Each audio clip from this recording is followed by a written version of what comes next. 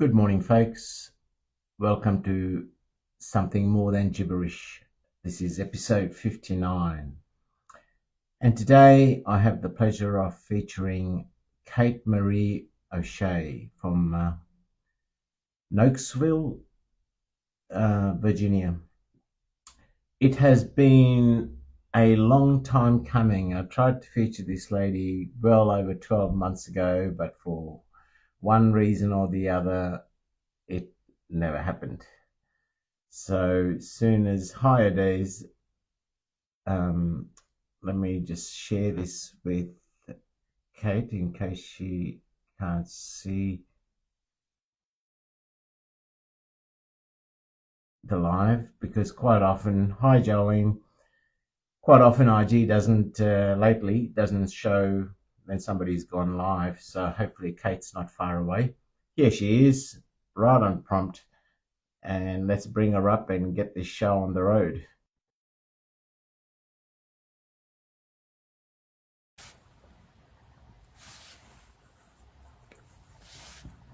Yes, as I was saying, it has been a long time coming to bring Cait on. Hello, Cait. Hello. It's Finally, been a while. after about 12, 18 months of trying to feature you, here you are. The day I has know, come. I know. It's taken so long. I apologize for that. Things have been a little all over the place, but it's been on the list of things to do for these long months. No need to apologize because life comes first, right? Things come in life that needs to happen, help, life, work. Absolutely. Yeah. Yeah. But most importantly, here you are. The day has come. It has come. It is finally here. I'm a little nervous. I'm gonna be honest with you. It's been a while since I've done a live. It's been a while since I've like thrown myself into it. It's been so I was like I was telling my boyfriend earlier today. I was like, I'm a little nervous. I was like, I don't really know why. It's Rainier. I love Rainier. I know everybody who's going to be in the room most likely, and if I don't, I will. I'm like going through this in my head, being like, why are you freaking out, Caitlin? But I guarantee it'll happen like throughout this whole thing. I'll get really nervous and then I'll get over it. Nothing at all to feel nervous about, my friend. And look, you are much loved within the community. The people that have already come in the room speaks for itself, right? So your work is cherished. You as a person are held dearly. So, there's nothing to be nervous about at all. Trust me. And Thank I, you. for one, have been a fan of your work because I've always found it comes from the heart, the authenticity, the reality. In pain, you find empowerment. What else can one ask for from poetry, right? Yeah. Yeah, and I so appreciate that because writing for me is and everybody has their different approaches. Everybody has their different reasons for coming into it, obviously. But for me, it really does. And I think that's why I get so nervous, and that's why a lot of people get so nervous. We are bearing it all. We are. And it does come from the heart. It comes from, for me anyway, it comes from the dark spaces of my existence where I know I can relate to people. I know that they have that same heart that's beating at the same time. If we can just find those little corners and connect them together, I mean, that's to use what more can I ask for, you know? That is so true. Honestly, there are some very respected people within the community coming into the room. I cannot iterate how much that speaks of you. So tell it, me, you were born in I was. Virginia, Nokesville. Yeah, yeah, really small town. It's funny. I think I've only met one other person that has ever heard of it. It was probably, I don't know anymore, but it was probably like this big. So, yeah, I was born on it. It was an old farmhouse out in there. So, yep. Yep. And to quite a large family. Yes, yeah, a large Irish family. Yeah, I'm one of six kids. I'm number five in the line of six, and we span out over the years. My four older siblings are from a different father, so there's a 9 year gap really between the older kids and myself and my little brother. So it's an interesting dynamic, and it's been very fun and interesting to grow up in, and then continue into adult life. I feel like I'm still learning more and more like little pieces will come out about each sibling here and there, and I'm just like, oh, I'm it's like I'm meeting you all over again. So So it's great. interesting. Out of such a large family, you were the only one who lent towards the creative arts. It's it's What really brought that funny. on? Yeah. It's like that's the only realization that like I had coming into my own with all of it. I was kind of like, you don't want to think of yourself as the black sheep, but I was looking around my entire family going, I what? No one else wants to play music. No one else is like writing their thoughts out, habitually and manically onto paper and wanting to put it out. Like I definitely was and remain the only one who has really put it out there, pursued it. It's part of me. It's interesting. So it's very funny. There's like other little nuances within my family. It's like I'm the only one that came out with curly hair. Like there's like all these weird things where it's like suddenly this little oddball popped out like out of all of us. And I'm coming to terms with that. I'm learning to embrace that. So tell me, was it, and especially with the most of the siblings being much older, quite an age Mhm. gap, was it challenging to be the different card in the deck, like lean towards creativity when was that Yeah. hard? It was, and I think that it didn't necessarily like all of my siblings are so supportive and always have been. I have a sister who she carries around one of the first poems that I showed my family when I was 15. She's carried it with her, on a little printed piece of paper that I put up on my Tumblr way back in the day, back when Tumblr was a thing, in the blog, and like that speaks volumes to me of how supportive they are. But it was still difficult for me because I was seeking that connection, especially with my family, and it's one thing to be appreciated or to have that support, and it's one thing to like sit down and get to the nitty gritty and have somebody be like, I see you, you know and Mm. so it was a little difficult growing up, and it still kind of is difficult, but I believe that has, I don't know, that's part of the reason that I started writing. So I kind of almost wouldn't change that factor of it. I started writing looking for that connection, you Mm. know, searching for it. It wasn't necessarily like present, so to speak. So would I say it was difficult? Nah, but yes, like, I don't want to do one of those like victimizing things where I'm like, I was the black sheep of the family, woe is me. Like it really wasn't like that. It was just I was different. So Yeah. Yeah. yeah. In reading your bio, I couldn't help but chuckle when you said that as soon as you were tall enough to reach the piano keyboard, that was where you felt at home and could not Yeah. wait to get into it. That is amazing. I can just It's imagine this tiny little kid just reaching out above like this playing the. there there are photos of me doing that. Yeah, there's one when I'm a little toddler and I can barely reach. My granddaddy, my mom's dad, was a classical pianist, and so he was classically trained, beautiful artist, and he played up until the day he died, every day. Yeah. Uh, and he was when the jazz scene first burst on the scene in DC, like in the underground bars and everything. He was there. He was playing. He was in it. Boogie Yeah. woogie, all of it. And so I grew up whenever we would visit them, hearing him. He would play every morning at 4 a.m. The family hated it. Like my granny, it drove her crazy. But that he would never stop. It was 4 a.m. on the dot. So I grew up hearing it. And he used to play this game where, he'd hit a note on the piano, and I was really young, and I would be standing far away. And he would say, what note is that? And, as I started to get older, he would play games with me like that. And so I finally got into playing piano. But yeah, it was just I actually, even I'm a person that has a freakish memory. um I have memories from when I was 2, and I've gone to my parents and given them hard physical evidence and been like, is there any way that I'm making this up? And they're like, no, that actually did happen. So I remember that feeling when I said, I remember that feeling of touching the keys. I remember when I first started playing music. That was the beginning of it. That was the catalyst for me. That was expression. That was something that no one else was really doing around me except for my granddaddy, and I idolized that about him.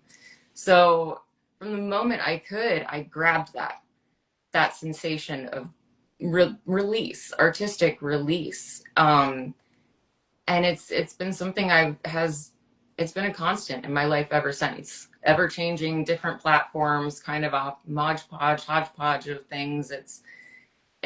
Yeah, I remember that feeling. I can say that.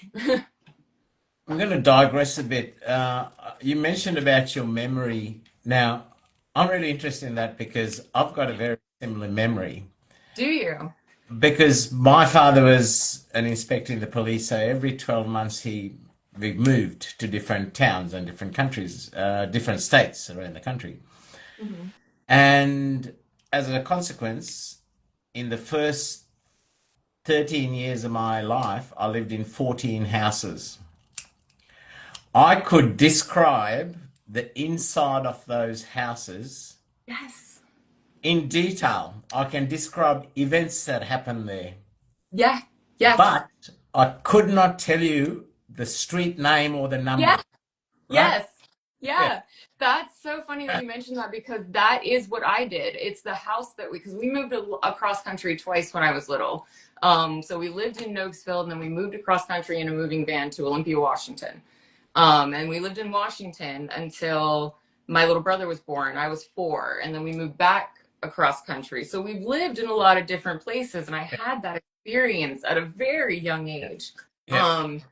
So it was one house that we lived in, and I couldn't have even been 2 years old. This is how weird this is. I mean, I must have been at least 2. At least I want to say that. I don't want to be like a freakish baby of nature where it's like I remember everything from the moment I opened my eyes. No, that's not true. But it was probably around 2, and I had this floor plan, this image of a house in my head, and I was like, I can't get this out of my head. I feel like I've lived there.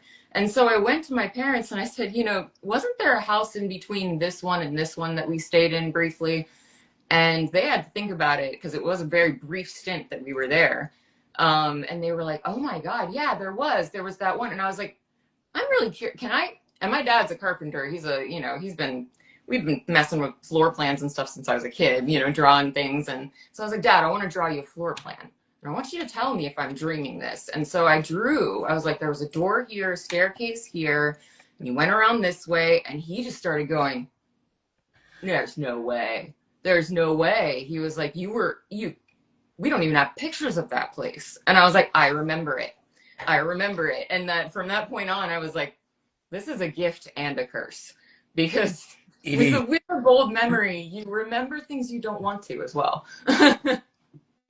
You are so right. It is a gift and it is a great gift, but it's also a curse because I also have the unpleasant memories that as clear as it happened yesterday.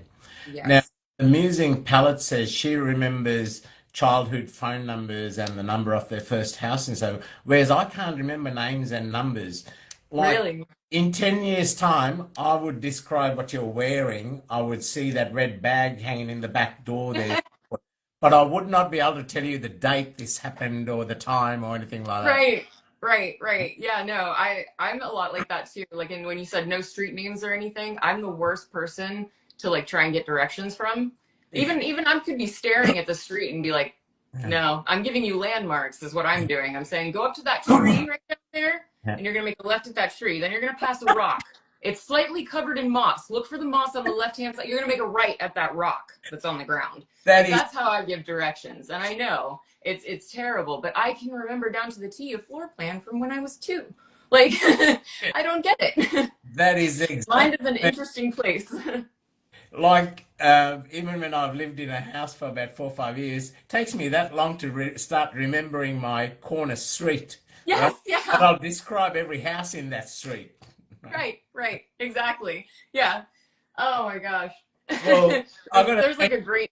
Sorry, go ahead. I've got to thank you dearly because I finally don't feel like a freak. There is another soul that has the same memory and But it is sad though, like I can still visualize like when I was uh 12,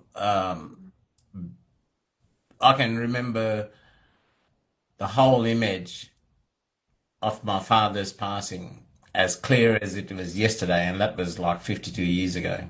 So, Yeah.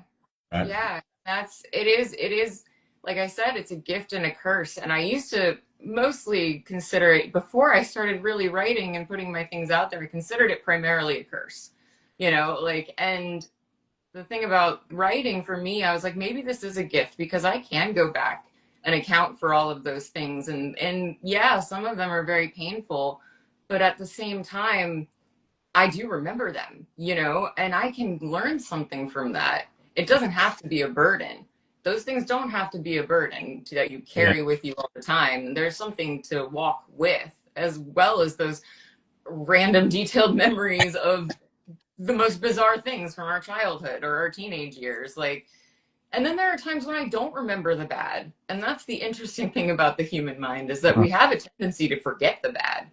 And that's why we make so many mistakes in life, I think, is because we forget so easily. We put it out of our head and then we go through it a second time or a third time. And I think it's, I dare say, we probably forget the lessons we learned from that event, and yes, history repeats itself till that lesson is ingrained. I Like like that. I Yeah. remember the event, but I forget Hmm. what I learned. Right, right. Yeah. LG's so funny. She says that she remembers her childhood home phone number, but she can't remember Todd's. Geez, LG, shame on you, poor old Todd. Jeez. That's okay. I the other day had the realization that I did not have my partner of 2.5 years. I don't have his number memorized. He has mine, which makes it even worse because then I just felt so guilty. I was like, so okay, yeah, you one upped me in the relationship on this one. Whoopsie. Yeah. So, do you find this having this photographic memory helps with your writing as well, to with recollections of past events, how you felt, the emotion, so forth? Yes, yeah. I am a deeply empathetic person. Towards everyone else and myself, I feel a lot. I think we all can relate to that. Um, so it's, I'm sorry, my mind just went a bunch of places. Remind me of your question again. Do you find the early memories or the photographic memories help Yeah, with the writing? yes, because it is that feeling of being there again. Because I can visualize it so well, the feeling is also right there. So it is as though I am going through it all over again. I can Yeah, see it, I can feel it. And that's why I say gift and curse, because in that moment, it sometimes becomes so physically overwhelming for me. I've had pieces where I'm shaking. And it is from remembering that moment, remembering the process that I was, or the things that I was going through, the process I was going through in my mind, whether it was good or bad or both. That feeling, it's so funny. It's like it hasn't left me. It yeah, just goes dormant, and then the poems comes out, and that's the release. There is, yeah, it is, and I can feel it physically. And I remember the first time that that happened to me. It was in 2018, and I wrote. I had been going through a lot. There's a lot to my writing and a lot of things that I just, you have to know about me in order to understand my journey. Um, but I was going through so much, and it just, it was, I remember I sat down at work and I hadn't written in a while, and I worked at the time at an ophthalmologist's office. I was the secretary. And so there was a lot of free time in between doing things and checking people in. So I had a little desk, and I started drawing little comics and doodles in my free time. And then because I had actually gotten to a point where I was like, maybe I'm not writing anymore. Maybe I'm just dried up. It's done. Um, but what it was, I started writing this one, and usually my pieces come out all at once. and that's a weird thing, is a lot of people will ask me, what's your process? I vomit. I vomit the words. Majority of the time, I have this little microphone right here that I hook up to my phone, and if I feel something coming on, I just start to speak. And that's usually how they come out. But there are a few that, based on, coming with the memory base here, there are a few that I've written, and I remember this was the first one. And I was sitting there, and all of a sudden it just started coming, like word for word, like verse by verse. And I began to shake. This was a piece about something that was so important and so huge in my life, that I remembered so vividly, that I was reliving constantly, but I couldn't articulate. And I think it's because it was too hard. It was too hard, and I was going through it, and I had to make sense of it before the words could even formulate. But I remember I sat there and I started shaking violently, to the point where my coworkers saw me. I was having like a panic attack as I was writing this, and it's because I was reliving everything. I was reliving it all, seeing who I was with, what was happening, my job at the time, and it all came out. Yeah. And I cried in front of my coworkers who barely knew me. I said, excuse me, I have to go out for a second. And I excused myself and I came back in. And to this day, that remains one of the most cherished ones for me, is because that memory that I have, and even though it was painful to go back and look at those kinds of things and feel them, it came out, it had to. And that memory in that moment, I could put that to rest slightly. I could I could tuck it into bed a little bit and be like, all right, take a nap. Like, we got some of this out. We have said what we wanted to say. We've been holding it in for 3 years now. And you were dry as a bone. You couldn't articulate. You couldn't make sense of yourself at all. And here it is. This is how you start to make sense of yourself. And I chalk that up to such a deep emotion attached to the memory, that how could I forget memories like that? How could anyone? And that's when I consider it a gift, because those lessons, the ones that are hard to go back and look at and face and have the memory of, those are the ones that are the most profound. Those are the ones that they're there in your head for a reason. Whether you like it or not, it's not abstract. It's all got, even though it might seem like it, but you have to get it out. Yeah. Love to hear that piece if you've got it handy. Yeah, actually. So it is a bit of a touchy subject. It does touch on domestic violence. So yeah, but I will definitely see if I can find it here for you. You mentioned that you're an empathetic person, but also to yourself. Now, that's a lesson I'm only just learning, and that's to be empathetic towards myself, because I've always been there for other people throughout my whole life, and I was always on the go. And Yeah. The last person I had time to find empathy for was my own journey, because I was Yeah. always a strong character, so I just kept going and parked my own problems, and always there for anybody and everybody else. And I think that's a vital message for people to, Yeah. an old dog like me is only just learning that trait. It's a hard one to learn. It Mm, really is. And I think because, like you were saying, as an empath, you're constantly in the state of giving back to others, mm, and you're soaking everything in, and you're just, I mean, at least for me, when I soak everything in. It's exactly what you were saying. But it's a hard lesson to learn, and I feel like I wasn't forced to learn mm, it, but I kind of was, in a sense that the empathy was extending so far out that I wasn't giving back. I wasn't seeing myself. mm, I was losing myself in so many other things because I couldn't help but absorb things. mm, And it was through a lot of therapy, it was through writing that I found the strength to kind of be like, I need to, it's that saying of treat yourself as, talk to yourself like you would your best friend. yeah. Treat yourself the way you would your best friend. Show yourself that empathy. Give yourself the same grace and forgiveness that you would give others because you understand. You Mm. know, you should be the first person to understand yourself. You should be the first person to care about yourself. And that is so much easier said than done. But it is, I do think it's a lifelong journey in learning that, though. Because as we grow and evolve as well, our empathy is going to evolve in understanding ourselves, if that makes any sense.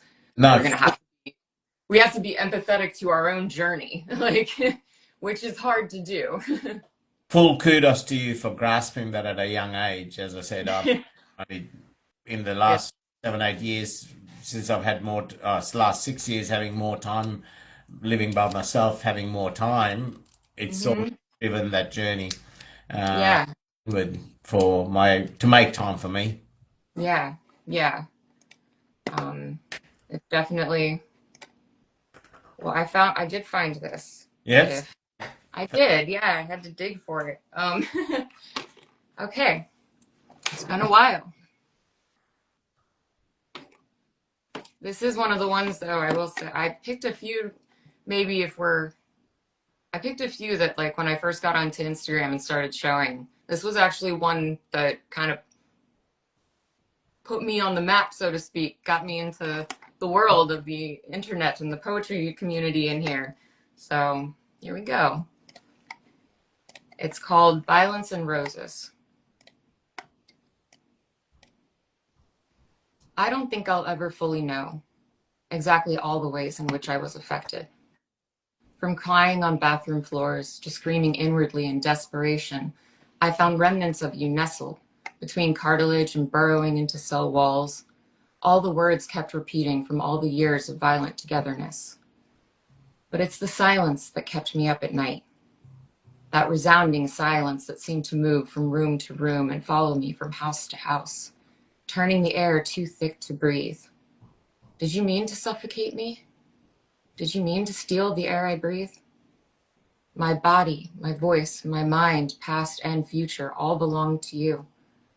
And when you left, you took it all with you. I used to sing. I heard music every second, every day, and you took that too. You took the music. And when the music stopped, so did I. Words felt suspended like the absence of a comfortable chaos. You know, that kind of chaos that only two people who are madly in love can birth and raise to be big and strong. The kind of chaos that you're almost proud of, as it envelops and consumes you and tricks you into the notion that this is all you have. Yeah, that kind of chaos. And it wasn't all bad. It couldn't have been. Because in the remnants, amongst the violence and the silence, there were roses. Withered and dried out and romantically hanging from my bones, almost alive again with a haunting swan song. I could almost hear them whisper, "You stayed because of us. You stayed, and you were not wrong to." This was all I had.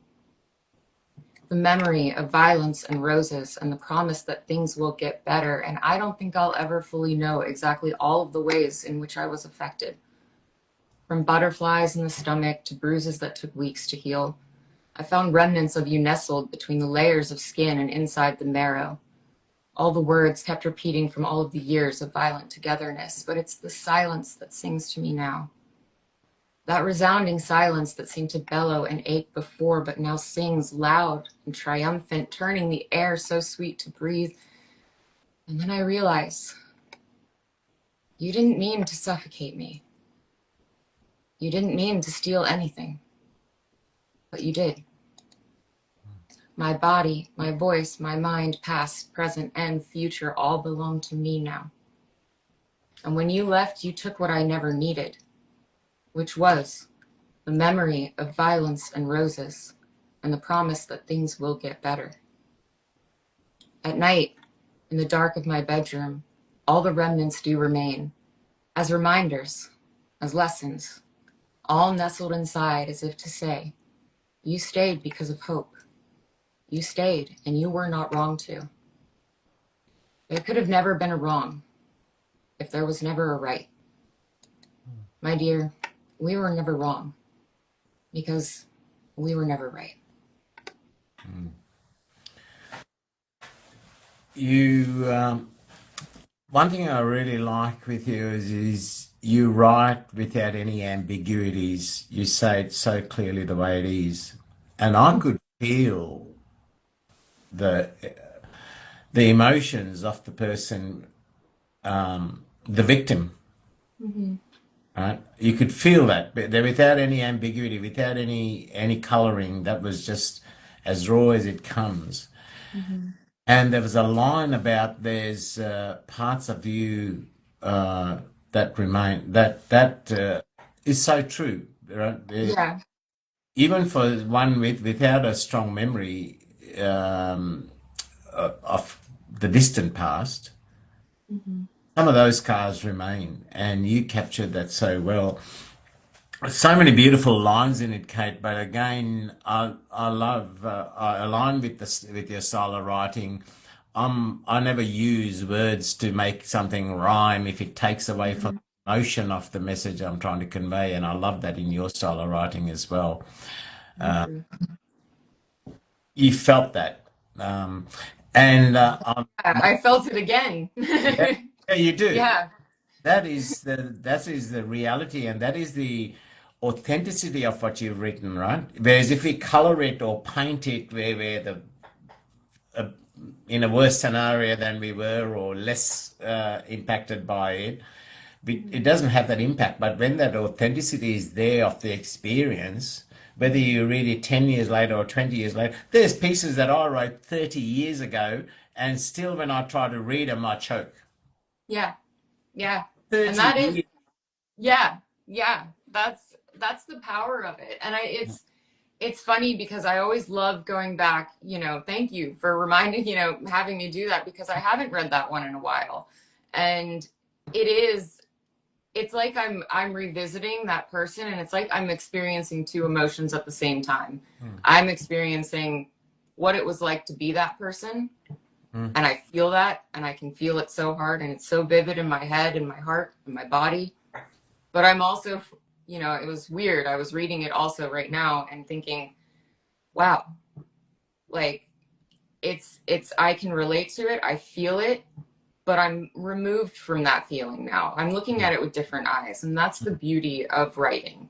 And I think whether you're a poet or not, or consider yourself a writer, even just writing down your thoughts on a daily basis, if you do it for nothing more than future you looking back, that's then that's all you should do it for. Because I think that's even my journal entries where, I was obviously like three sheets to the wind after a night of partying and my handwriting's all over the place and I don't make any sense whatsoever. It's like I look back at that and I go, oh girl, you were mm, trying, but let's try a little hard. That line's pretty good. You were mm. trying. Like, Yeah. but I can remember that feeling, and then I can pull from that, or I can pull from sad 14-year-old Caitlin who, had a crush on a boy and he didn't like her, emo Caitlin coming up from the floorboards. And I can relate to all of those, but then you have your older self, your future self, who is looking back and saying, "Aw, yeah, you figured that one out, or you're still working on that one, or it's really cool in that way." So, You mentioned a very valid thing, especially in the world where we live in, where domestic violence and all is still rife, right? It's rife globally, not just to a nation or poverty or class of people or anything like that. You said when you read it, you can feel the emotion, but you're detached from it as well. To me, that speaks of your own growth. mhm. And I think it is good to go and feel what you felt then, but then you got to remember you're not in that place now. You have grown many years and Yeah, graduated out of it and look back on it as well. I think that's very important. Otherwise, yeah. we become prisoners of that uh, circumstance for the rest Mhm. of our lives, right? Yes, yeah, that's so true. And that's why I said it's like if you do nothing for but your future self, you will have that. That's why I said like there are some things I go back and read and I'm like, oh, I feel that. I still feel that, Yeah. And then it's like that was a piece, it might be a piece I wrote 10 years ago. And I'm Mm, like, oh, I was really working through. you know what? I'm still working through that. Mm. So it's almost like a therapist coming back at you and being Yeah, like, hey, knock, knock. You still yeah, have some work to do. yeah. Um, so in that way, you're almost your own therapist if you're able to work it that way. It's where you look at your own circumstance and your own feelings in bare honesty, where you're only speaking to yourself in your head. You don't have to be conscious about, oh, do I want to tell this stranger this or tell this. Right. So yeah. Yeah. Now your venture into the creative arts first started with music, acting, and dancing. Yeah. You still Yeah. do that? Yes. Well, not so much acting.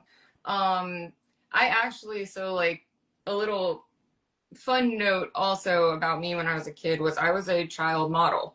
Um, I was 5 when I first got into it. My mom, we started doing auditions. I got signed up, and what happened was literally like my mom would get stopped, and I was such a ham everywhere we went. I was like the most extroverted child. I was like in everybody's, I would follow families around with other little kids and be like, I'm a part of your family now. Like, let's go. Where are we going? My mom would lose me and like lose her mind, and a family would come up and be like, is this your child?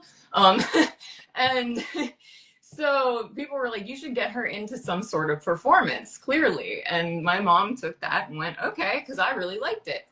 And so we signed up and everything. And so my like acting and being on stage started really young. And so I did that from 5 to 7.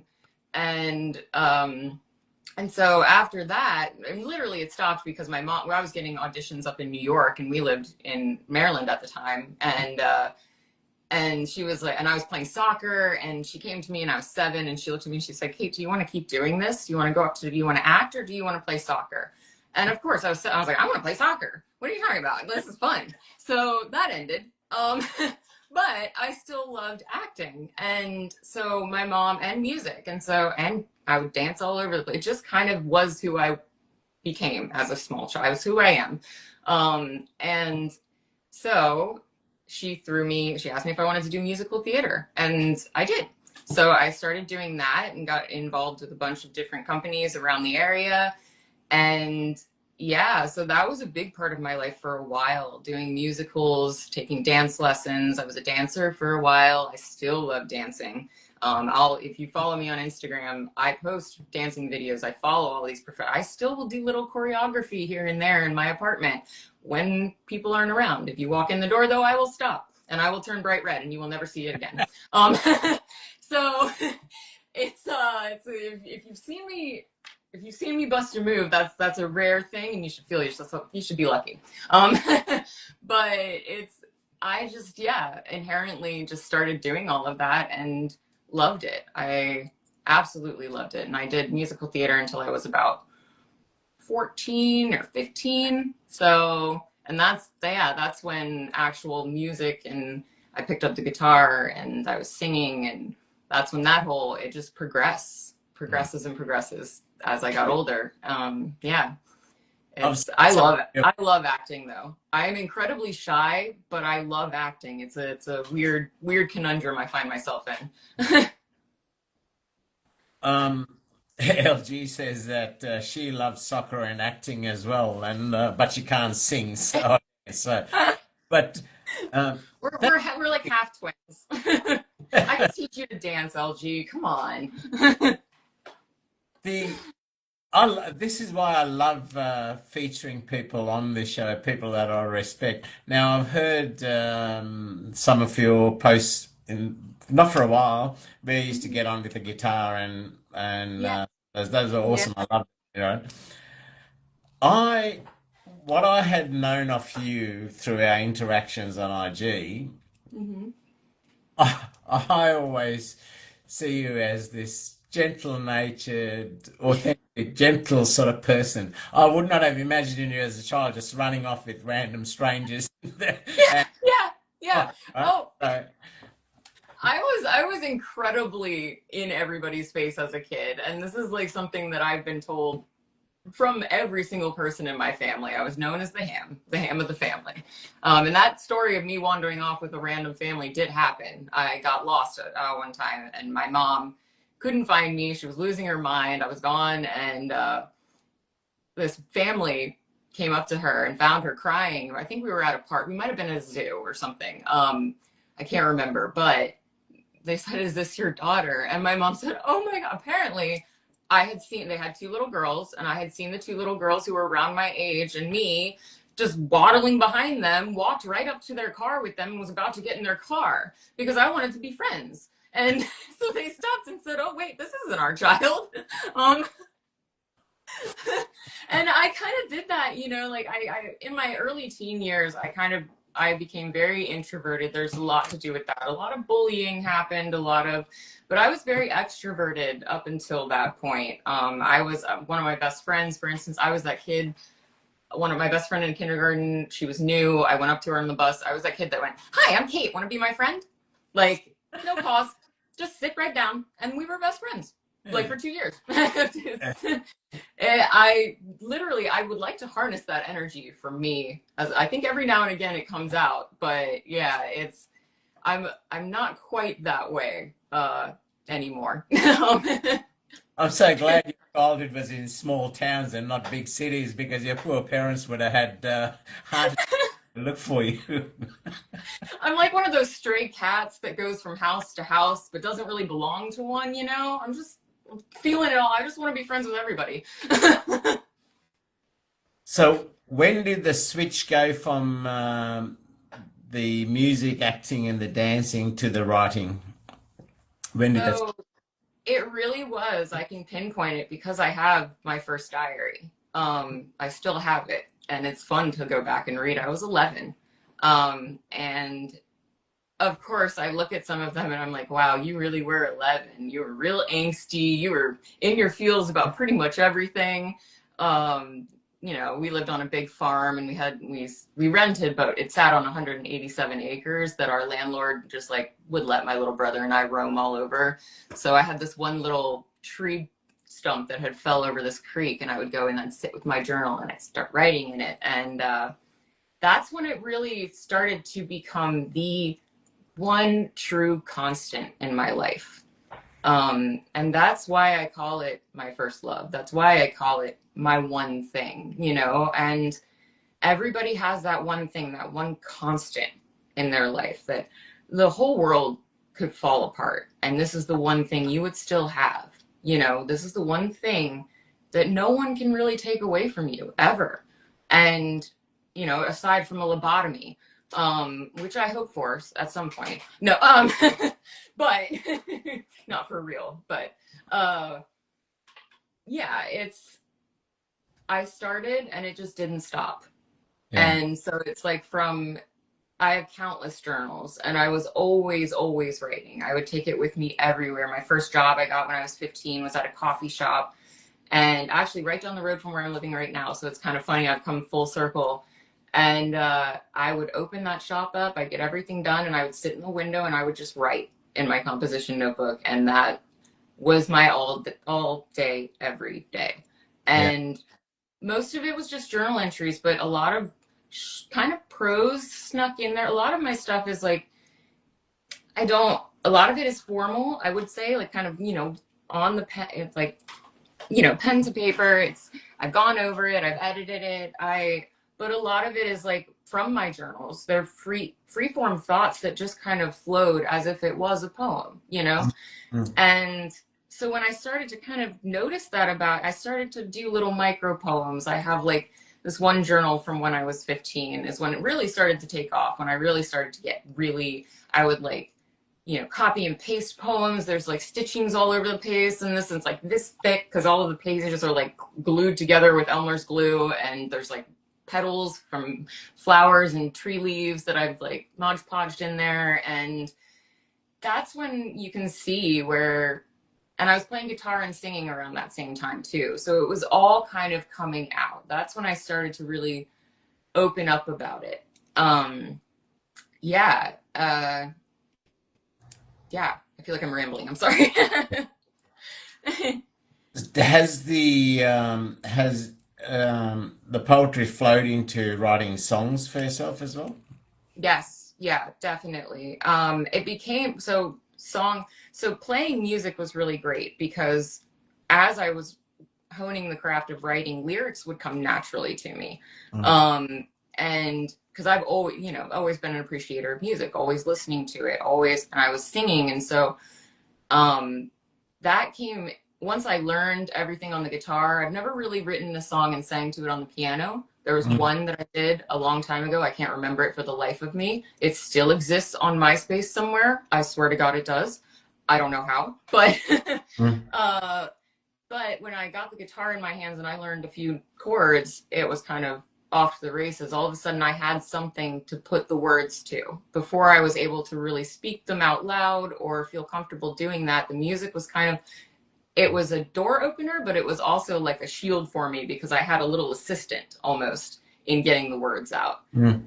Somehow it felt less personal than anything I'm doing right now, which is the spoken word stuff. But, LG, I am that old. Yes. Yeah, MySpace.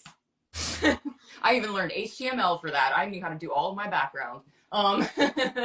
But anyway, I forget where I was going with that. I'm so sorry. That's all right.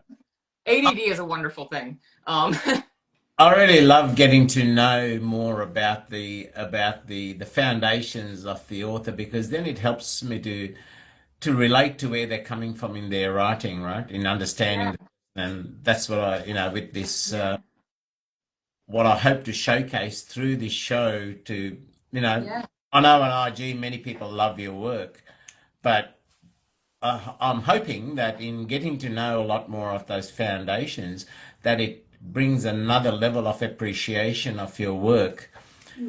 And secondly, as you know, I create the YouTubes and the podcasts of this, so you don't know who in what corner of the world will listen to this at the right Yeah. time they need it, and help them to relate to, hey, I remember this person, they were in a very similar place to where I am now, Yeah. and Yeah.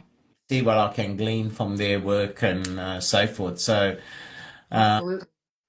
because I know you yourself, you're an empath, and I know a lot of your writings have been instigated by the struggles, the finding the peace, the understanding, the acceptance, and a plethora of issues that people face in society today, and even you. Absolutely. So, Yeah.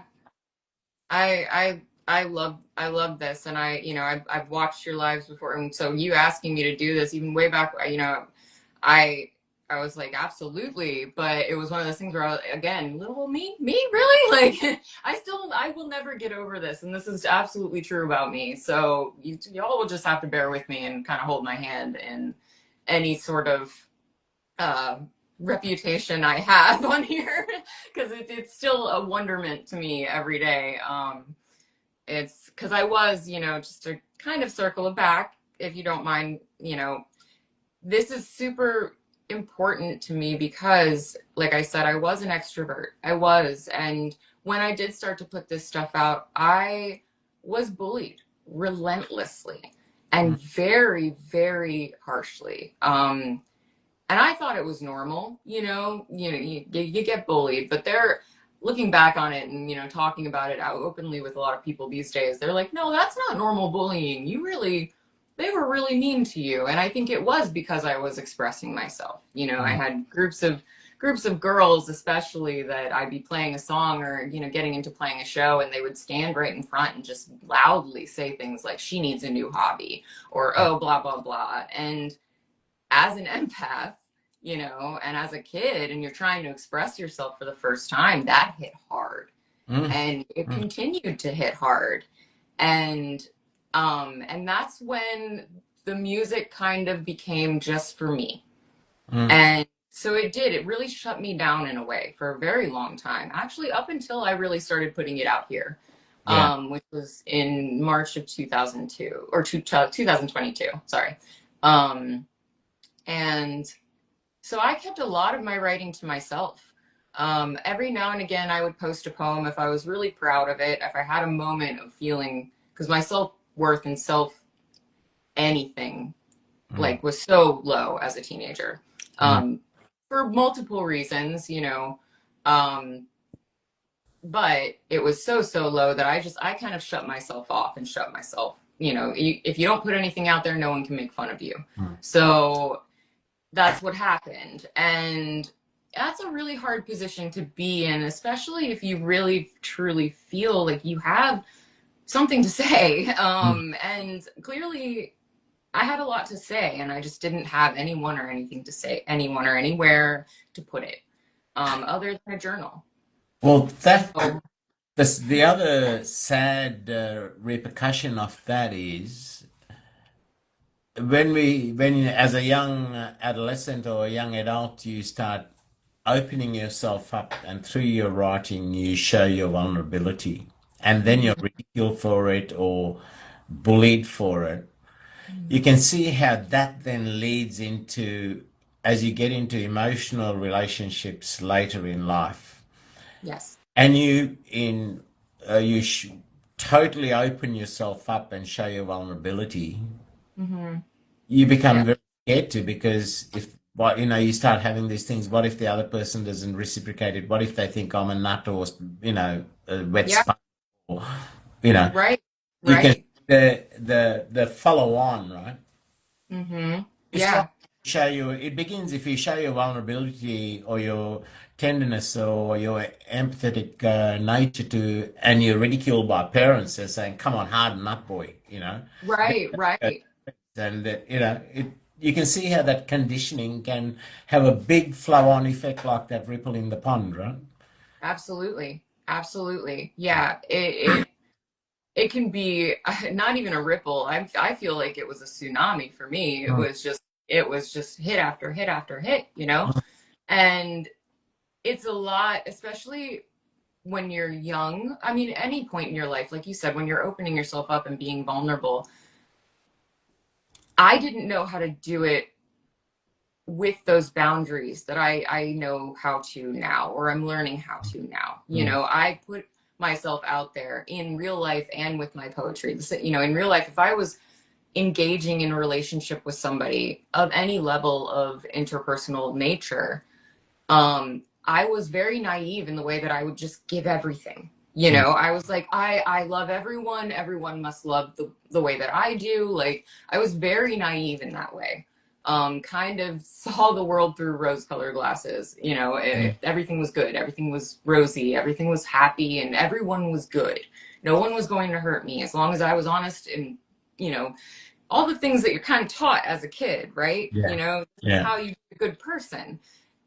And then I do those things, and you're a teenager, and teenagers, they can be shitty. They can be real shitty. Let's just put Mm. it out there. And you're a teenager, and your brain is so malleable, and you're learning about yourself, and then you throw it out there, and yeah, to be faced with that sort of like, ridicule and just, I don't know, it just really it really sets a tone because you don't have any other reference at that point how you should be treated.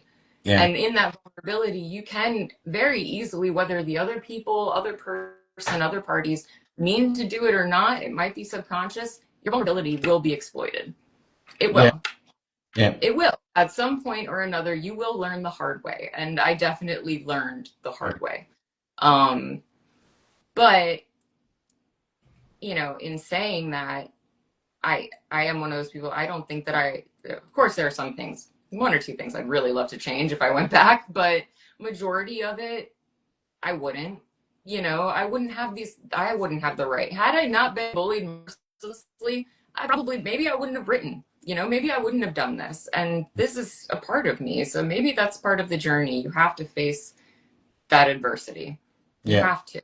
And that's strength in a person. And if you can write that out throughout stage by stage in your life, account for all of those moments where you reached through everything and found yourself on the other side through words, through, like I said, therapizing yourself, basically. Yeah. Yeah, I wouldn't change any of it. I wouldn't. And you Yeah, should.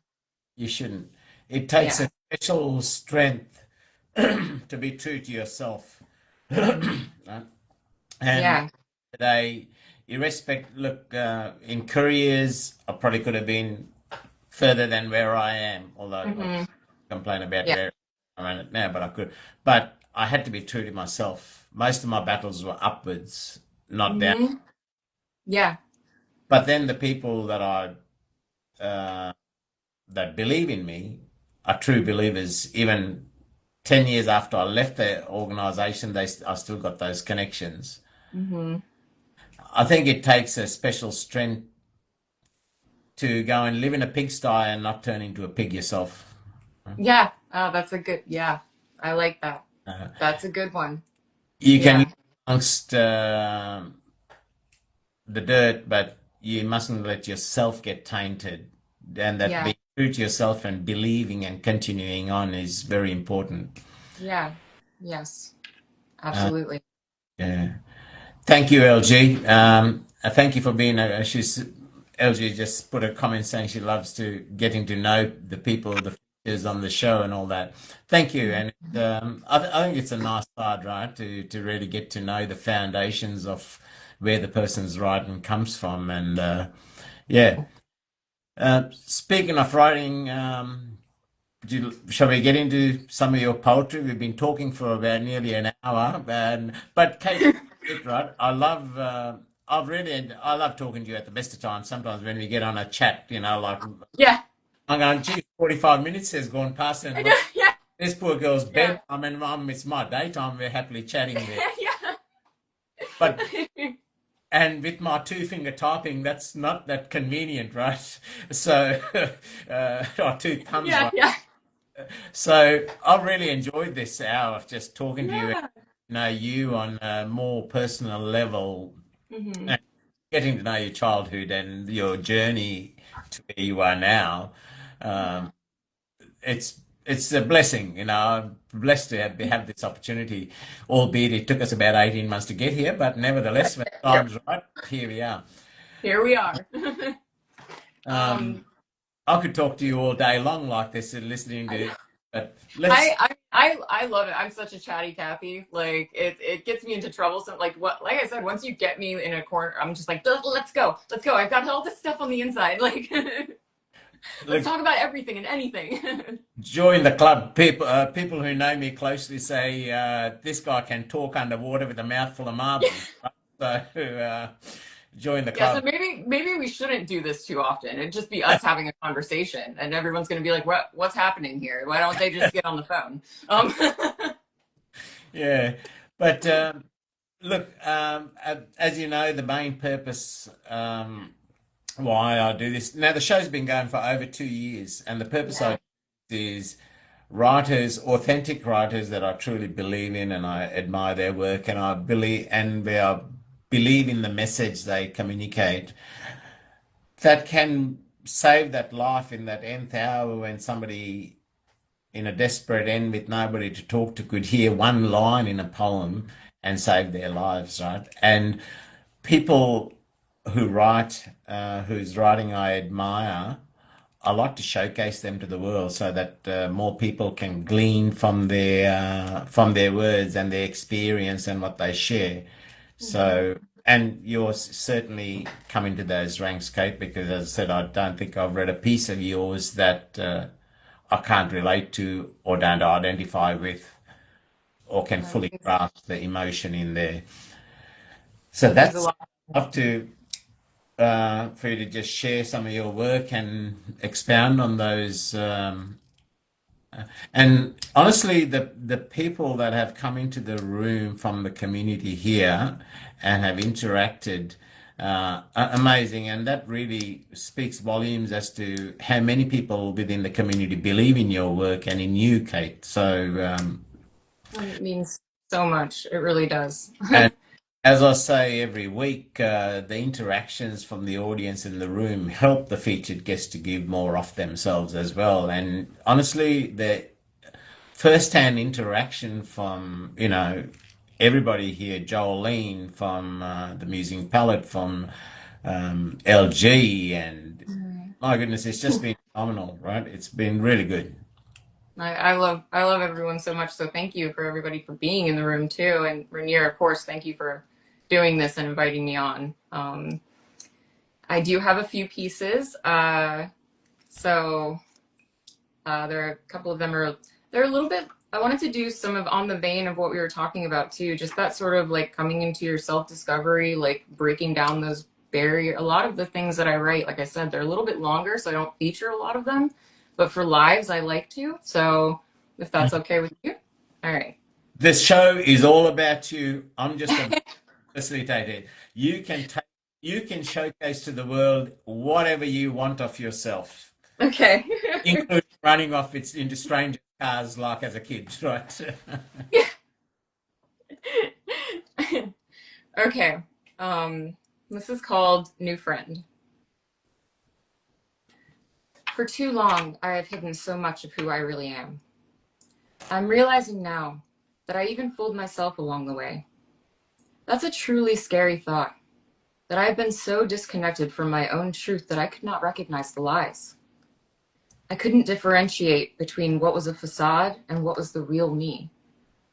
What's even scarier to think about is that I feel as though it is because I truly lost my identity.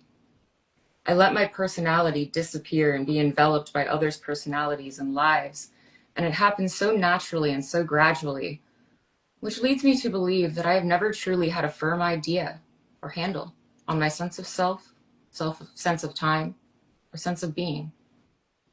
There has, for so long as I can remember, been a lingering and looming fear of letting my identity out to play.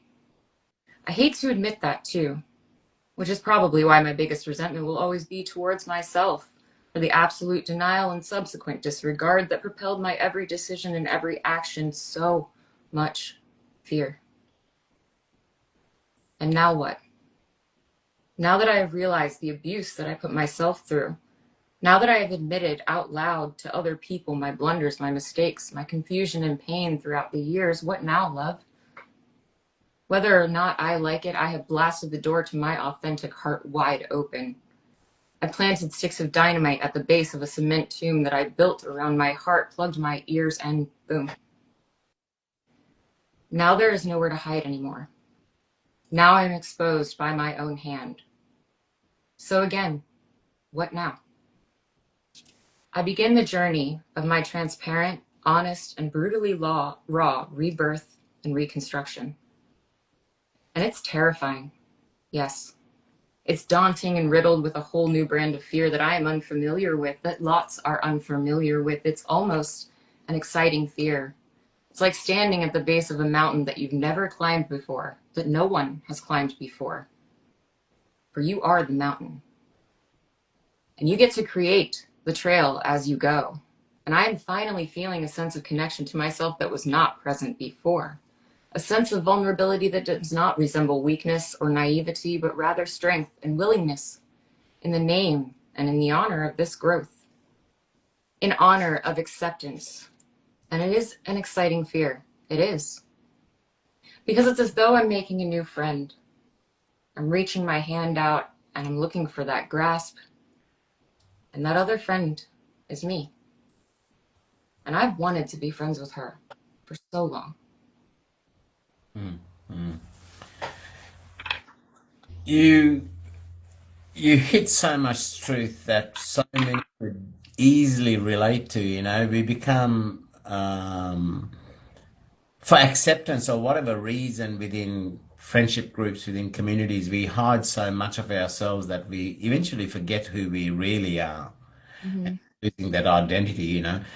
And then that open trust that you had as a child how that can lead to fear as well of showing who you are, which Mm-hmm. is pretty sad, right? If only Yeah. we can be who ourselves and accepted for it, right or wrong, whatever that is, right?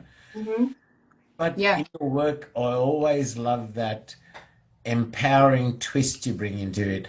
You know, from that point of losing who you are, suddenly you realize there's nowhere to hide, right? Mm-hmm. And then Yeah. you start creating your path to where you go. I love that encouraging, empowering sort of twist always to the lessons, the valuable lesson learned Yeah. through that experience, right? And that's what somebody, there's many who could grasp from that poem. Hmm. Yeah, it's, that's one where I also remember writing that one. And I remember it was such a time of, I've been through a lot in the past. So, to get a little candid and a little personal, like I said, there are some things that people should understand and read my stuff. I'm in recovery. I struggled with addiction very hard. And a lot of that is because of the journey I went through, so we can't leave that part out. We Yeah, can't. And I wouldn't change that for the life of me because it taught me so much, um, about myself, about the world, about living life honestly, unabashedly, and unafraid. yeah, Um, and so much of my addiction was that fear. And that was and I do refer to it as trauma of being isolated and being cut off, and then carrying, like you said, that sort of mentality of myself into relationships. We attract the love, we accept the love we think we deserve. I attracted abusive partners for a very long time. I believed that that was what I was worth. And so a lot of my writing has been me processing all of that. mm, It's my way, like I said, of getting it out, of processing a lot of these really, really hard emotions that you have to face when you are staring yourself down, when you have no other option yeah, than to stare yourself down.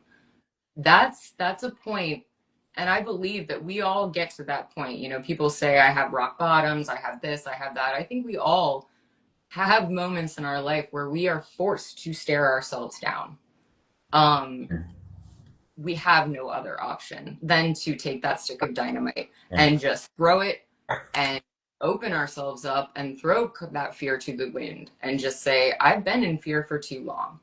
So in all of these struggles that I've been through, that are still occurring, inside my head, and the journey that I'm on in learning how to deal with these things and processing, like I said, yeah, um, these lessons.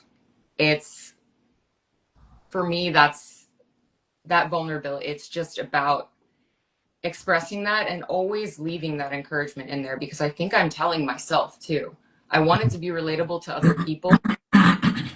And if I can hit that point, where it doesn't matter who you are, you're going, I've been there, even if it's just one line, like you said, it's, to me, that's it. Like that's what I wanted. That's the connection. That's why I always want to leave it on a hopeful note. I don't want, if I start writing a poem and it has that feeling of like, oh man, I'm really in it right now. I'm in it, and this poem sounds real sad. Like I'm going down a rabbit hole that I don't even want to be going down. yeah, This little voice in my head will chime in and be like, no, no, no, no, come back, come back.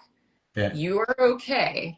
Like, and remember, you've seen a lot of really terrible things. Like, and it's funny because I tell people a lot, like they're people who are close to me, they're like, wow, I start to open up. They're like, you don't look it, but you've lived it. And I'm like, yeah, yeah, I have. And I've just been very quiet about it for a very long time. And so it's, I look back on those moments and I think to myself, I can get through it. And so I can get through this poem. And if I can get through this poem and I can get these words out and I can leave it and I can walk away from my own work thinking like, all right, let's reframe my mind. I got this. Like I got some of that crappy stuff out, but I ended on a note where I feel like I can walk away and I can go make myself some lunch, and I yeah. don't feel weird, and I don't feel like I'm got my whole life under a microscope right now, if that makes any sense. Does. Both Ash from the nature of Ash and Adaze, who are featured last week on the show, they've both echoed what I said at the very start as to what I find fascinating in your work is where, like me, you don't sacrifice an emotion for a rhyme or for a metaphor. Or, as Ash said, she loves the straightforwardness, not your lines aren't buried in, or the emotions not buried in metaphors, right? And Yeah. Ade, her comment says she loves the honesty and the rawness in reclaiming yourself. They're so true. That's exactly what I found great about your work, Thank not you. deviating from the emotion camouflaged under a metaphor or a word selection for rhyme and poetic forms and so forth, right? So yeah, Yeah, yeah. I think I really love, you know, in being honest and true to what I'm going through. You're never that eloquent in going through it. You know, you're never telling yourself, you know, we walk ourselves through things. We have our internal monologue. Your internal monologue in those moments is not eloquent. It is not pulling out the hefty metaphors. It is not, yeah, it is screaming. It is crying. It is flailing on the floor like a little child throwing a yeah, temper tantrum. So when it comes out for me, I'm like, I want that to be highlighted because that's what's happening right now. I'm a baby having a temper tantrum and I need to get this out. And yeah, yeah, I think, you know, there is a time and place for embellishment, and I love words.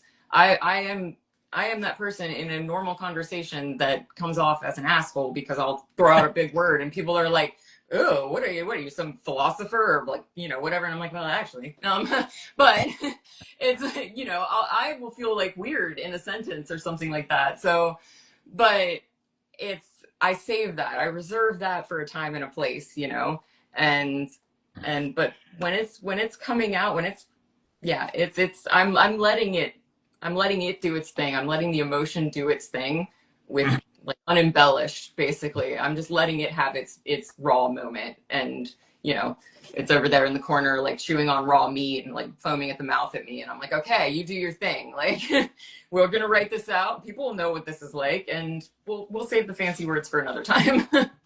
I'm past getting the feeling that there's aspects of you that have eluded me for quite a while there. I'd never see you as being that asshole in the group chat there, right? Not sweet old Kate, who's gentle, empathetic, being there. That's what I'm comfortable with. That's what I do, right? Where that I've gone to bury, sort of, they think I'm the biggest asshole in the world, but then somebody I've gone and saved their lives thinks I'm the savior, right? But I never would have seen that in you. I think there's a lot of personas, Kate, that's eluded me for the 2, 3 years that I've known you. Yeah. You know, it's just not that.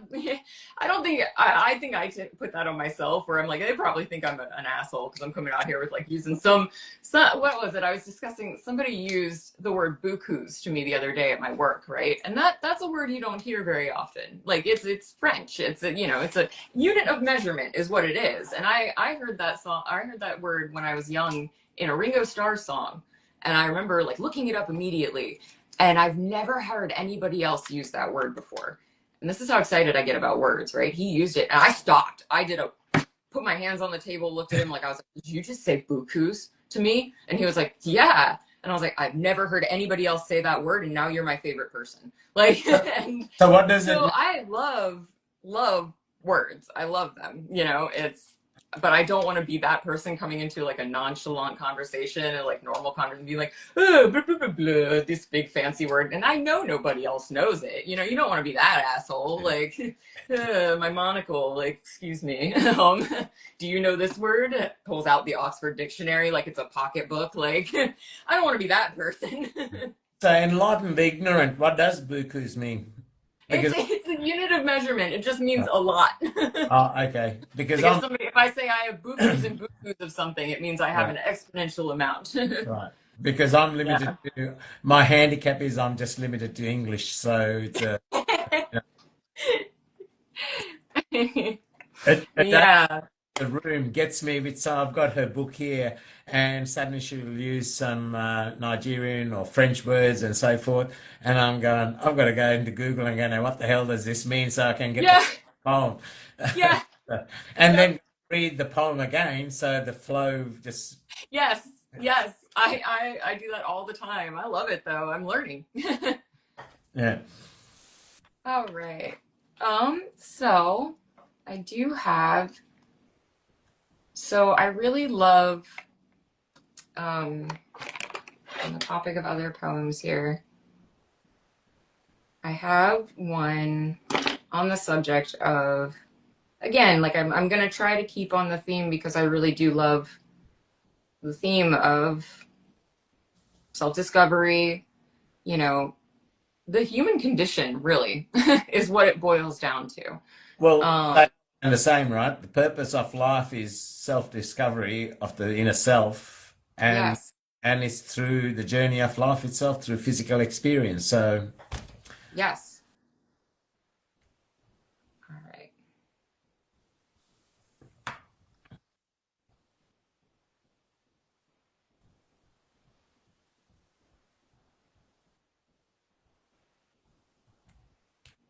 If I can find it here. So I do have this one. It is up on my Instagram. It's the most recent one that I did post. And it's called St. Francis Memorial. And I like to read this one because it is another moment in my life that was very, very raw. This poem came out. It was one of the ones I was actually. This all came out while I was sitting on this stoop, so it was a one of those blurred out ones. So it's called St. Francis Memorial. I am a mess, sitting in my day-old pajamas, on the stoop of a house that I call home but hardly feels as such. I'm sitting in these socks my mother so affectionately calls warmy socks, that she buys me every Christmas, or when she knows I'm in trouble. They look like they belong to a 5-year-old, an appropriate aesthetic regression for the state of mind I currently gave into. I look at the hospital band on my wrist, the third one from this week. 2 that weren't up to me, 1 that all but slipped on my hand by my other. I try to wrap my head around the days leading up to this infraction of self. I am not myself, clearly. But how? How am I not myself? The age-old question I revert back to in times like these, times that I made the choice or lack thereof to be human, dissociated. And the guilt is ever looming, doing its best to hack away at any self-dignity that is attempting to keep me alive and stable. Every cloud that rolls by is a plush reminder to take the hatchet from my own hands and bury it beneath the ground. No one should be ashamed of themselves. No one should make it worse. Take a drag of my cigarette, remembering the genuine smile that I have misplaced. And I am not proud to say that I lost my way. I am not proud of my footing or where I have landed. But I will keep going. For I know within this misplacement of steps that I will rise again. I will, because it is not that I am not myself. It is that I let live the side of me that does not want to live. The side that comes out to play, and it really does play, the side that I have learned to dismantle but not quite be rid of. It is exhausting to hear its cackle, getting louder and louder, screaming until I cannot scream back anymore, but no one should be ashamed of themselves. No one should make it worse. Yes, I am a mess, sitting in my day-old pajamas on the stoop of a house that I call home but barely feels as such. And I'm sitting in these damn warmy socks, smoking this damn cigarette. I put it out. I bury the hatchet. I am myself, whatever version that is, and I am not ashamed. I am learning. And tomorrow I will wake for the memorial of the hatchet that is now buried 6 feet under. I actually read that piece, but hearing you recite it just gives so much more emotion because that's another thing that I had to compliment you on too. I love besides the cadence, the tone, there's almost like a soulful tone to your recitals, which really convey that the impact of the emotion as well. Thank you. I really love that because sometimes, performing artists, they get out there and they're quite theatrical, the yelling, the screaming, the action, and that's Yeah. not taking that away. But I Mm-hmm. find I'm drawn into more the theatrics and I lose half the emotion. Yeah. Whereas with your style of recital, I feel like I'm in a dark room just with this voice just talking into my head, and that's beautiful, right? That's Thank you. helps everything to just sink in and feel, to be able to feel and hear at the same time. Thank you. Thank you. It's that's another thing, when doing spoken word, that's something that I had never done prior to being on Instagram. And it really but I'd sang, so I kind of, and I grew up in like a Celtic household, that kind of sing-songy cadence, and learning the way that words work and, weave together in that way is it's how I grew up. And and I guess through acting, things you kind of pick up on those things, but Yeah. um, yeah, it's always very nerve-wracking to speak Yeah. it, because you don't. Everybody hates the sound of their own voice, right?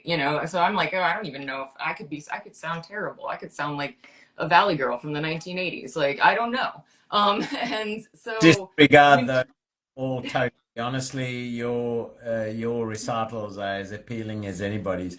Interestingly, from memories, I still remember one of the very first times I met you when you were first doing one of the first few times you were getting involved in coming on IG and reciting yeah, Valerie's show on Starfield Saturdays or something. yeah, I remember, yeah. I remember this nervous young girl there, and I, I still remember that. I was probably shaking. I was most likely shaking, and just I don't even know. I remember first coming onto the community and being like, I had no idea everybody was out there. There were like-minded people. I was like, oh, thank God. But I had no idea. It opened up the world was just, yeah. I love every memory I have of first meeting everybody and getting to know everybody. It truly is a very special thing. I Like it's remember, funny. It's funny that you remember that though. as I said, I've got a very similar memory to yours, so yes. Yeah, yeah. But then I also remember when I used to run the open mic lives, you coming on and we would chat for quite a while there and hear your pieces and all that. That was really. I might get back to doing that on the alternate Saturday too, Yeah, yeah. That would be awesome. because it was a good way of connecting with people and yeah, Yeah.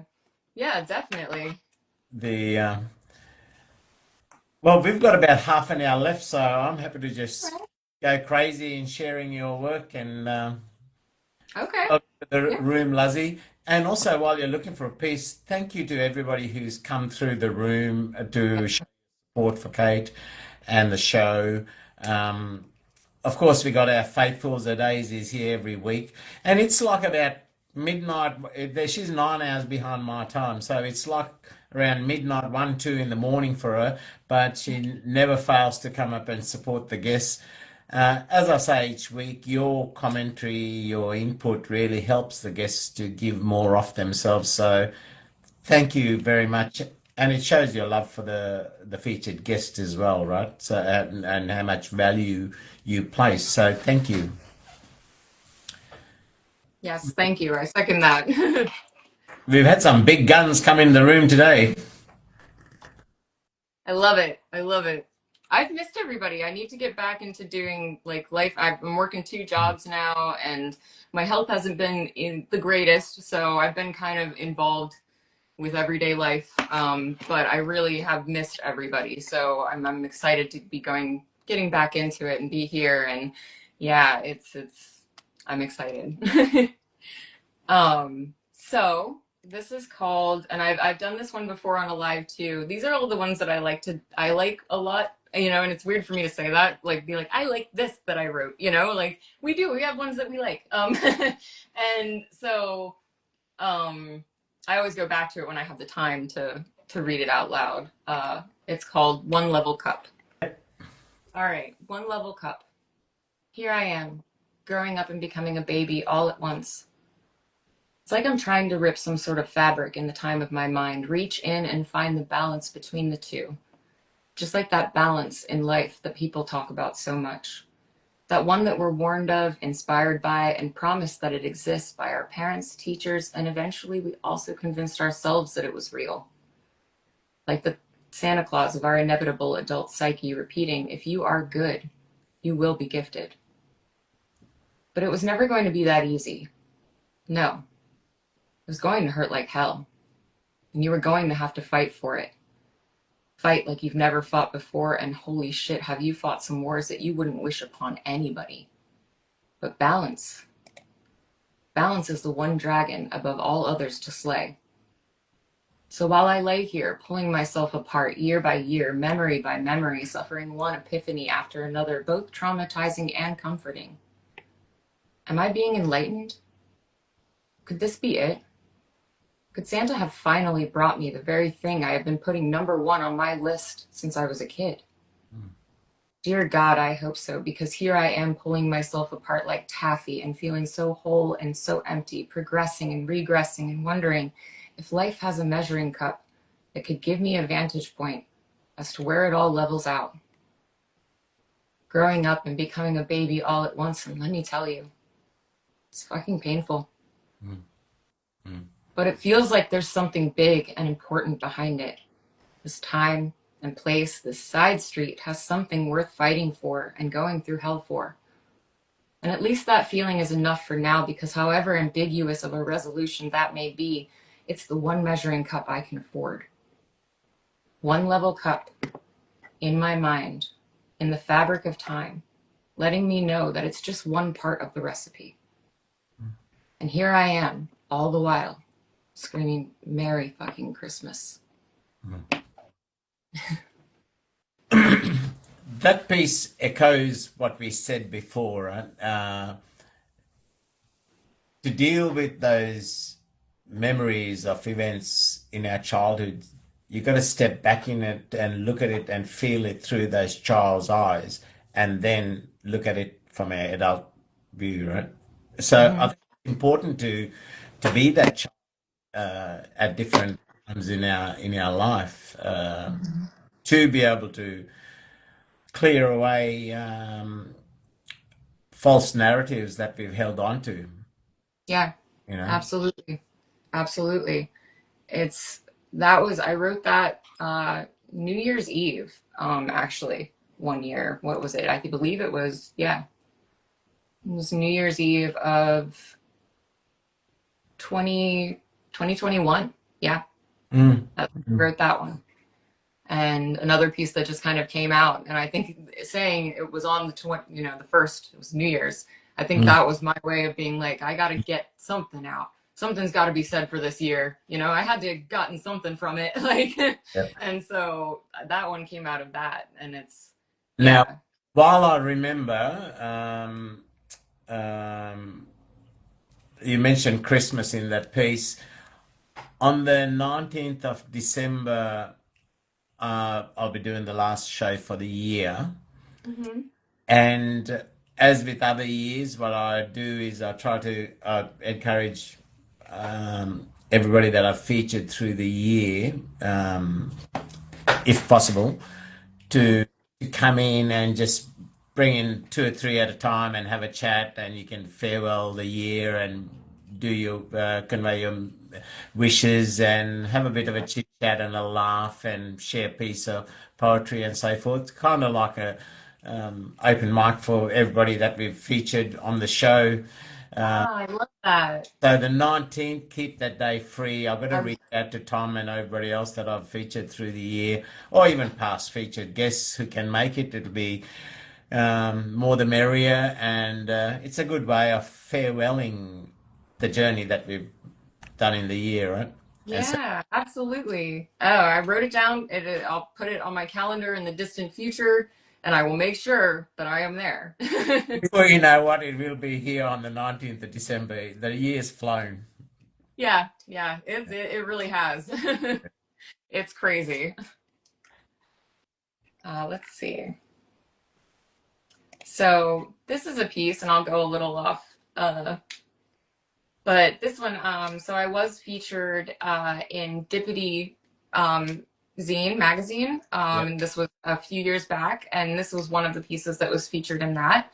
Um, and it's a little off the subject, but I wanted to throw something in there too that was a little different. All right. Different.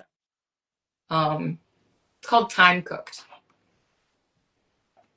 In an attempt to control and harness the power of elements far greater than myself, I dissected and dismantled my alarm clock gently. placing each piece aside and noting personally the function and purpose of every single one and how they went together, their size, their weight, their ability to manipulate my idea of who, what, where, when, and why I was/am. I reassembled them perfectly on a plate like art, waiting to be seen like the most expensive deconstructed dish and like the delicacy I know I took apart. In an attempt to embody and understand the power of day turning into night and the thing that keeps moving, but we know can also stand still and stop. Well, I ate my alarm clock. I ate my time. And all I got was this bellyache.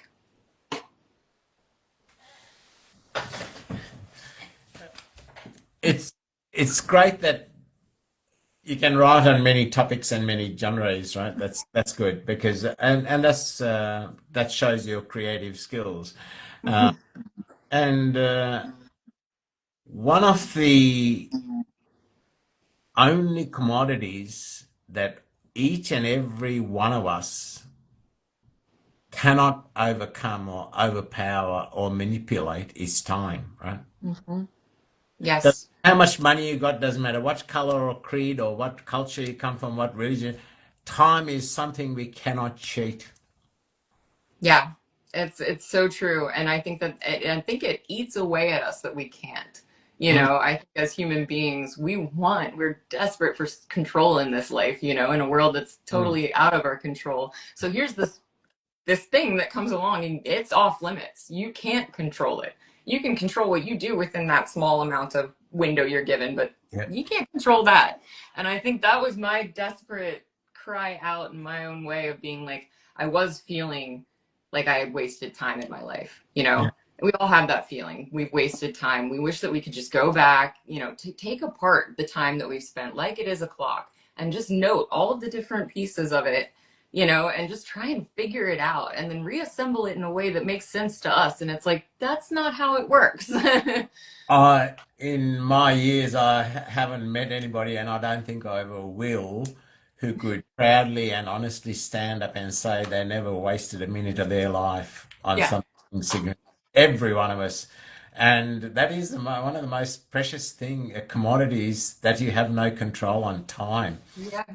You know, Yeah. And it puts things in perspective pretty quickly if you actually stop, if you can teach yourself to stop in moments and really tell yourself like, wow, I'm in this moment. This is how I kind of harness time, how I harness the power of time in my head. If I'm able to take a step back in a moment and be like, whoa, okay, no, I can't control that this moment is passing, but man, I'm going to be present for it. You yeah, know, yeah, like I'm going to feel it. I don't care what's happening, but I'm going to feel it because I can't control it. So I might as well just stick along for the ride, yeah. and not try and fight it. But it is inherent, I believe, in us to Yeah. fight it. So And yeah, there's days where I just don't feel like anything but sitting on my couch and just lazing. But if yeah, haven't seen somebody for a while, or if I need to attend an event, I just drag my butt out and I get out there. And yeah, because you never know. Like I've through my mature old life, I've buried many loved ones and scraped many people off the roads and so forth and things like that, and lost many through their own hand. That I mhm, now try not to. If there's somebody that I haven't been in touch with for a while, I just try not to let tomorrow. I try to do it today because yeah, tomorrow may never come, right? yeah, exactly, exactly. We don't want, yeah, I definitely. We don't Yeah, want to become prisoners of time. yeah, We want to acknowledge it. We want to understand it, yeah, and learn to move gracefully within it. I think that's yeah. where it is for me. Learning that grace, moving with time, not against it, not trying to rush it, not just accepting it for who it is, who time is, like accept it for who it is. And And yeah. it's also the other thing is the journey is not from getting from start to end. It's enjoying that experience from start to end as well, right? Whatever that journey, whatever that experience is, whether it's good, bad, or intermediate, it's enjoying that journey and Yeah, or learning and grasping from that experience what you can. absolutely. Absolutely. Yeah, I agree with that completely. Let's see.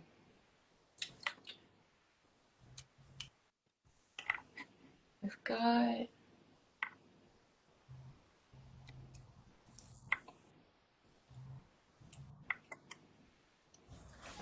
So true, Ash. It is difficult to be a good steward. You are so. Thank you, Ash. It's been a pleasure having you here in the room as well, and your comments and all are so pertinent and relevant. Thank you for your encouragement. so I do have,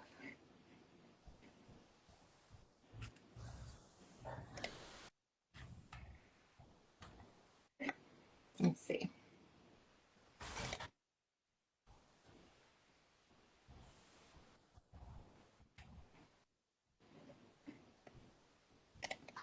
This one I wrote, I'm kind of pulling this I wrote. So when I was I'll just do a little backstory here. When I was 20, yeah, 20, I went back to school and was taking an English course, and I had a favorite professor, and I love this man to death. He changed my life.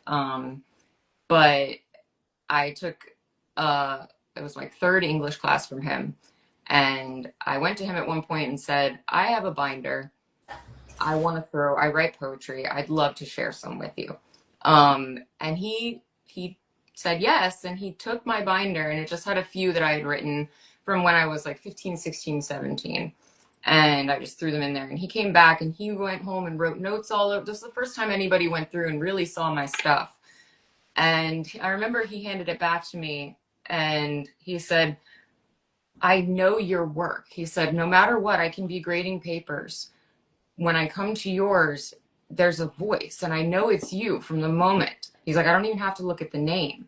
And he said, there's one poem in this group that you gave me. I had no notes for it. And to me, that was, I immediately thought he was lying, firstly. But no, this is the one that he said he had no notes for. It's called Moment for a Lifetime, and I wrote this when I was 17. Um, a moment where it all makes sense. Well, I used to want for that. When the dogs barked too loud and the cats pissed where they pleased, the family would feud and writhe amongst themselves like two badgers in a cage. A moment where it all made sense. Well, that just won't do anymore. When the air is muggy and hopeless and the sky pours down heavy on delicate flowers, the couple would yell and scream for everyone to hear like two birds squawking in a tree. A moment where it all makes sense. Well, that will make sense of anything. When you don't mind anymore when it all goes wrong. When the washing machine overflows and the summer sun turns your skin deep red. The head you hold is too heavy to lift and death swings by for a quick visit too often. A moment where it all makes sense. No, you'll be needing a lifetime that makes sense to recover. And now we all know that doesn't make any sense. I can see why you were given so much kudos for that. Yeah, It because was it. I've tried to go back and be like, he had to be wrong, like, and every time I just, it's, yeah, it's amazing to me, like these things that I go back and I find that I wrote when I was younger, yeah, and 17, and I can still feel her, yeah. and she was really trying to figure out life, like, and yeah, that's it's kind of, I look back at those as like that's where it all started, all this in here. One thing that I've held on to and often wondered is it the right thing is I've never regretted or never been ashamed of every version of me. Hmm. Uh, the teen years, the adolescent years, the wild years, falling through people's ceilings and whatever else coming in through to going out of my way to help the somebody disadvantaged or whatever. I've never regretted any aspect of me. Yeah. And I've got nothing that I'm ashamed to say that I've done or was a part of me. And Good. that's quite critical. But you said that those pieces that you wrote in your teen years, even they all hold value. And you should be, Hmm. you know. Yeah. Yeah, yeah. I'm getting, through this, through people like you, through this community. That's, I'm still learning. I'm learning every day. We all are. We're learning who we are. Like, yeah, exactly. We are all trying to figure out life. It's a never ending thing. Yeah. And, so long as I'm alive, I'm going to be trying to figure it out. And I have this like whole idea in my head that you can't figure it out. Yeah. That's actually the day you die is like, if you wake up and you have that moment, you're like, I got it. I got it. That's when the higher ups, they go, nope. We're going to take you and put you over here because you can't be telling everybody else. Yeah. Like, Erica, that is so true. We all are trying to figure out our lives, and last night I just popped in and spent the evening with my son even, and as I still tell him, the day I stop learning is the day I stop consuming oxygen and start yep, fertilizing daisies. Until then, I'm learning. That's life. exactly. Yeah, Exactly. And that's what I love about the connectivity. That's yeah, that's what writing is for me. It's yeah, learning, it's sharing that, it's showing those vulnerable sides. And it won't, as long as you allow yourself to go there, other people will be there with you. It's what I needed in my life. yeah, This community yeah, has made it possible for me. yeah, And that's a beautiful thing. It really is. And I don't know. I think I would be dead if I couldn't write. yeah. I do. I firmly believe that. Now, as you know, with IG, so as I can get the full recording, I try to keep the show to under 2 hours, and we've got about Yeah. 10 minutes left. But before we go to a nice closing piece of your choice, like to tell people about you got an upcoming book that you're working on as well, right? I am. I've been working on it for a very long time. I am a perfectionist. So my manuscript has been tweaked and tweaked and poked and prodded and had so many different ideas attached to it. I'm finally, like, I have a title for it. I have like ideas in my head of what I want it to look like. I have, so that it is coming. It's just taking me a little bit longer. And that's, I'm so excited for when it actually, I feel like it's going to be one of those moments. I'm going to break down. I'm going to cry. It's going to be a whole big deal. Maybe I'm not emotionally prepared for my reaction to putting the book out yet. So maybe I'm not doing it just yet for that reason. So, as I say to every guest, this is only the first, it's not the last, right? So, my door is always open as you've got events coming up in your life, like the new book and so forth. Reach out to me, and I'll the door's open for you to come and showcase whatever's happening. Right? Not the I would last love time; it's that. only the first time. Yeah, yeah, I would love that. You're one of the I got like a core group of people, from this community that were there from the like very beginning with me, and you were one of them. And I like that's family to me. That's Yeah. family. I'm honoured. So, and as you know, I'm usually work month to 2 months ahead. For the rest of the year, I've got one spot available, and that's the 12th of December. I'm booked up right up until till the end of the year. So the Yeah, sooner you got when your books sort of coming up and all yeah. that, reach out to me. The sooner I know, the sooner I can get you closer to that date. Awesome. Great, great. I'm excited. Wonderful. So Okay. Well, the last one I will do. And I wanted to end with this one because this is the first poem that, like, when Valerie and I first started talking, this is the first one she found. This is like the one that, another very near and dear piece to me that I put out there. One of those, I was like, I'm going to throw it out there. I'm going to see what sticks. And it stuck. And I'm thankful for that. And this is near and dear to me. This is something I wrote. I was diagnosed as bipolar about 4 years ago. mm, And it was a blessing. It answered a lot of my questions. But I wrote this before I found out. And when I found out, I came home and I read it, and I looked, I felt this feeling come over me. I was like, oh my gosh, I knew. Mm. I knew. And I was speaking to myself when I wrote this because I didn't know what was happening. Mm. Um, and it's interesting because I'm always like, wow, we really, if we listen to ourselves, we are always Mm. trying to tell ourselves something. You Yeah. know, it's taking that time to really be like, I hear something within me and I need to pay attention to that. And writing allows me to do that as well. So this was, 100%. 100. yeah. So I call this Before I Knew. Um, I think you were the most interesting person I had ever met. With your confident bouts and automatic underlying insecurities, the way you let them cripple your every move, as if it was the way that nature had intended it to be for you.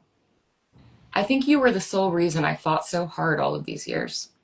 When reality seemed to set in a little too harsh and I felt like running, it was you that looked at reality as a challenge, as a contest that you were determined to exploit and inevitably defeat.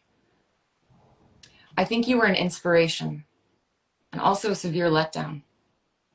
All the moments you gave up and let the tide carry you out, the way you let the waves toss you all around like a broken buoy, as if you had discovered that even chains can break free from the heaviest of anchors. I think you were the strongest person I have ever known to be weak. With all of the times that I was witness to the miracle of your comeback, the way your eyes would look wild and shine with a light behind them as if you had found another piece to the most complicated jigsaw, life. I would watch you through these cycles in terror and amazement, always amazed when you would emerge on the other side, seemingly taller, seemingly wiser, and gallantly cresting the point of self-actualization. Always terrified that one day you wouldn't emerge, that the thought would become too tired and indifferent to the light that could shine within you, that the comfort of giving up would finally win and you would be gone forever. That we would never find out together what this world wanted to teach you, and more importantly, what you could teach it. But now, here we are, standing together, staring at one another, breathing deeply and proudly, comfortable and content with all of the discontent of the past. And you are the most interesting person I have yet to encounter because you made it to a new plateau of a mountain that could take your life, as if you knew it always could. But now you know that you can reach that plateau. And now I know that you always will. Mm. That, like I'm not had experienced the bipolarity, but I'm a very inner reflective person, and also my ex-brother-in-law, he suffered with it for many years, to a point where he ended up taking his life a week before his 40th birthday. I'm so Really sorry. helps to understand and relate to what he was going through in that time. Yeah. And he was too a brilliant pianist. He had his diploma in classical piano and so forth. And Mm. I listening to him for hours. And yet there were that two sides of that inner demon there. And when he was in his highs, he was just phenomenal. And you go, what the hell can be wrong? And then you see the other side. Um, It's you captured it's uh, the two images of the person so well in that piece, Kate.